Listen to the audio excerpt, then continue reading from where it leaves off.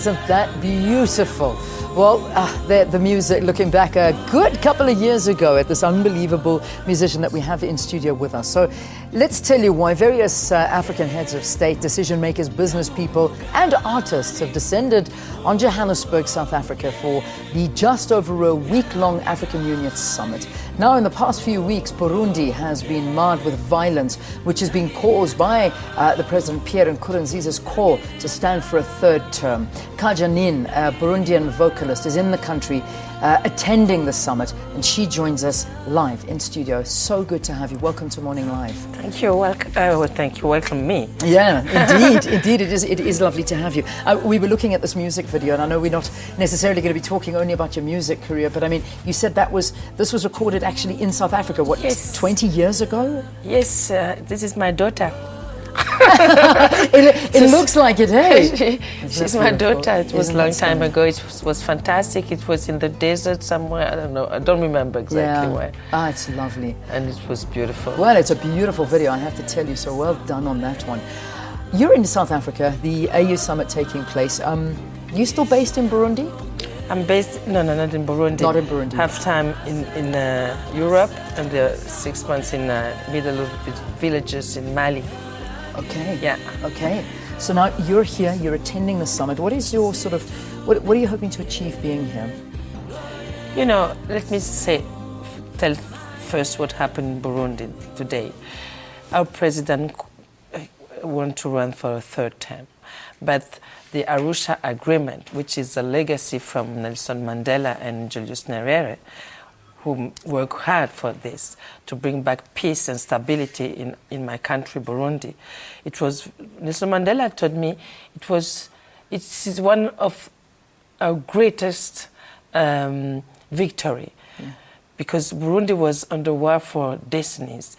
Since I was born in 1959, there was, I still remember, there were war, civil war.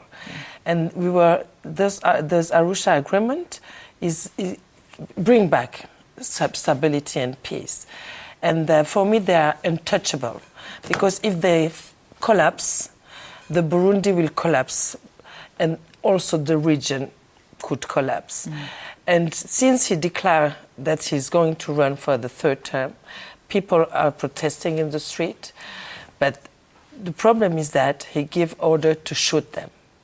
Then since more than, now 48 days, they still protest, said, you will not kill all of us. Yeah. They are determined, they are young, and mothers and brothers, all the population are in the street. But the problem is now, I didn't read the Arusha Agreement because it's too complicated for me, but I follow the advice of people who knows, like Mrs. Zuma said about this third term, that the constitution is clear, no third term, only 2 terms. Yeah. Mr. Zuma said the same. Mr. Kofi Annan it is illegitimate, he has to leave, he has to go. US government said it's a violation of the constitution. Then, okay, no third term. European the countries stop their cooperation. Germany, Italy, France, Belgium, Holland, they stop the cooperation. Fine, but he's still there and killing people. Then what is next? That's why I'm here. I came to ask our leaders to protect us, because to take them responsibilities, because their first mission is to protect people of Africa. Yeah. Today, it is like, I could say it's a non-assistance to people in danger. They have to do something now. If they agree that the third term is not, it's not legitimate, then where is the problem? The people of Burundi, are they happy with the postponement of the elections, or do you think that right now they would just like to see him stepping down and to move on with new leadership? They're in the street just to say no at the third term. That is the thing. And the head of state don't talk. don't talk about that third term. But how can you talk about Burundi today if you don't talk, if you put out the question of the third term, which is the center of the problem? Yes. It's, even if we don't talk about that third term, today the gentleman kills his people, then he cannot be a father of a nation. It's now the game is over for him. Yeah. You know, because not because of that third term now, because of that how do you say, the killing people. Yeah, indeed. We do certainly get the message here. But I think on the other side, I mean, yes, we talk about Pierre Nkurunziza and running for a third term, but there's so much more happening in Burundi as well. And I know that you've been part of a panel, the Women's Empowerment and Development towards Africa. What's life like for the women in Burundi? You know, you women work hard in general, in everywhere in the world, and in Africa, in Burundi. What we ask for as a collective women for peace and development is, what would we call for? Keep how would you say, peacekeep forces? Yes, peacekeeping forces. Yes, because I would love to talk about development and things, but how can I talk about development when peace is not there? Yeah. There is no question, there's no development, there's nothing. Then what we ask for, women, collective women for peace and development, is bring us force, because I hope the conclusion of the AU summit will not be, yes, but they have to talk to, and then Burundi have to solve this problem. How can we solve that with gun in between us? Yeah. Come stop killing people, and then maybe we can talk. But how can it be? You know, they have, this head of states have to take their responsibility, because if Europe stand up before Africa, it will be a shame. Yeah. Yeah. It will be a shame for us. And they start to move, you know, they cut the cooperation and things, they start slowly to move. And if our head of states here don't move quickly, because I don't know which number we have to reach before they move. 100, you know, there's more today, more than 200,000 people, refugee in the neighborhood countries. Neighboring countries. Yeah. And the situation there in the camps is horrible. Yeah. There's no, you know, it goes so fast. Even the Red Cross send an SOS to the world. They need help because it goes fast, and cholera, of course, and all the things. And there are almost 3,000 children alone. I don't know how they reach that place, but they are alone, no family, nothing. Yeah. There are, you know, 100 people injured, 100 people in prison. Please stop that. It's your mission, it's your job. Otherwise, what is the meaning of African Union? Yeah, if we look at what's happening here at the African Union, and a lot of it, unfortunately, has been overshadowed by the presence of President Omar al-Bashir, which, again, at the same time, we look at what's happened in Sudan. Not that you're an expert on Sudan, but I think what you're talking about the people's lives in Burundi, we look at the people's lives in Sudan. And, you know, does this overshadowing come with a message as well?